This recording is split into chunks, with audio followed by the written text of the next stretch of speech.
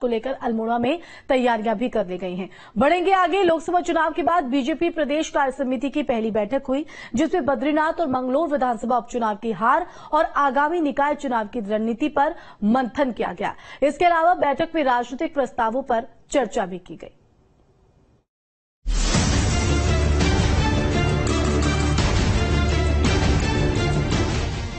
प्रदेश में बद्रीनाथ और मंगलौर विधानसभा चुनाव में हार से उपजे माहौल के बीच देहरादून में बीजेपी के प्रदेश कार्य समिति की बैठक हुई, जिसमें 2 प्रस्ताव पास किए गए। बैठक में प्रदेश प्रभारी दुष्यंत गौतम और प्रदेश अध्यक्ष महेंद्र भट्ट, सीएम धामी समेत प्रदेश भर के 1350 से अधिक कार्यकर्ता मौजूद रहे, जिसमें प्रदेश में पार्टी की रणनीति को लेकर चर्चा हुई। 2014 में इनकी मात्र कांग्रेस की 44 सीटें थी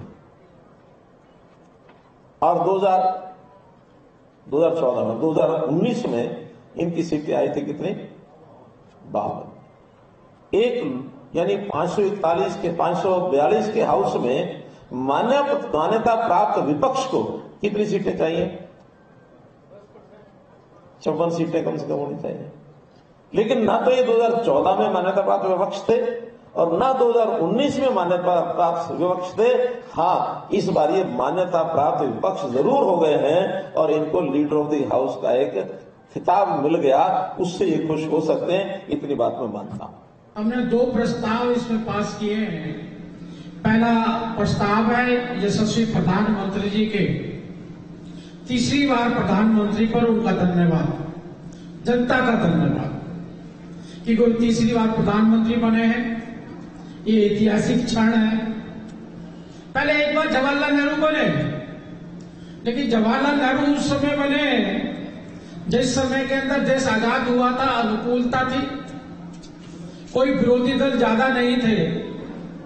लेकिन आज देश के प्रधानमंत्री आदरणीय नरेंद्र मोदी जी जब देश के प्रधानमंत्री पुनः तीसरी बार बने, उन्होंने विश्व में भी इतिहास रचा है और देश में भी इतिहास रचा है। अगर उनकी कार्यशैली को देखें, उनकी योजनाओं को देखें, जो चुनौतियां उन्होंने ली हैं। बैठक के बारे में जानकारी देते हुए प्रदेश प्रभारी दुष्यंत गौतम ने विपक्षी दलों पर जमकर निशाना साधा।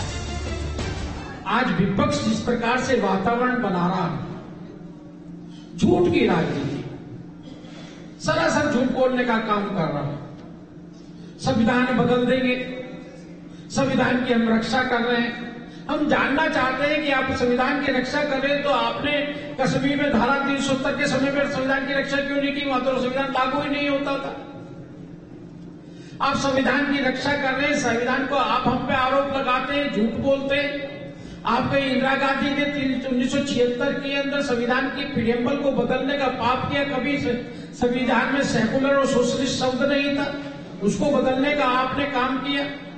आपने संविधान की हत्या की, करीब 84 बार आपने राष्ट्रपति शासन लागू किया और आरक्षण खत्म करने का जो हम पे आरोप लगाते हैं, हम उनसे पूछना चाहते हैं 370 के कारण कश्मीर के दलितों को आरक्षण नहीं मिल रहा था। अभी कर्नाटक के अंदर रात में मुस्लिमों को ओबीसी का दर्जा देकर ओबीसी के आरक्षण पे कुटारघात किया गया। रघुनाथ मिश्र आयोग के माध्यम से धर्म परिवर्तित मुस्लिम ईसाइयों को आरक्षण देने का षड्यंत्र रचा गया।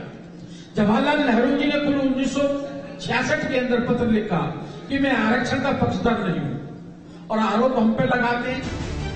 बैठक में सरकार के हालिया क्रांतिकारी कदमों की भी चर्चा की गई।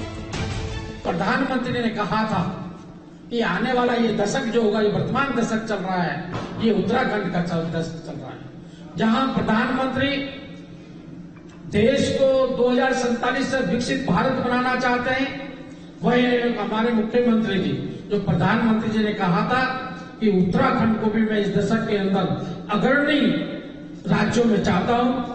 इस 3 साल में हमारे प्रधानमंत्री जी का सपना और हमारे मुख्यमंत्री जिस प्रकार चरितार्थ कर रहे हैं और ऐसे कानून जो पूरे केंद्र के लिए नजीर बन रहे हैं, समान नागरिक संहिता, सबको बराबर का हक है, नकल विरोधी कानून, आज उसके आधार पर पूरे देश में उस पर क्रियान्वयन करने का काम कर रहा है। बीजेपी के प्रदेश प्रभारी ने विधानसभा उपचुनाव में हार के बावजूद पार्टी के मतदान प्रतिशत बढ़ने पर संतोष जताया। हमने मंगलोर पर धन्यवाद दिया है कार्यकर्ताओं को। ऐतिहासिक हम हारे बेशक हैं, लेकिन हमने वोट ऐतिहासिक प्राप्त किए हैं। 400 कुछ वोट से हम हारे हैं। पहले हम 3rd नंबर पे आते हैं, हम 2nd पर हैं। बहुत मेहनत लोगों ने की है और ऐसे ही जो बद्रीनाथ है उसका हम आकलन करेंगे क्या कारण रहा है, लेकिन जितनी सीट लोकसभा से पहले हमारी थी उतनी सीट हमारी इंटेंट है। बैठक में प्रदेश के सियासी हालातों पर चर्चा हुई। देखना होगा कि इस बैठक से पार्टी अपने कार्यकर्ताओं में कितना जोश भर पाती है। Team news street.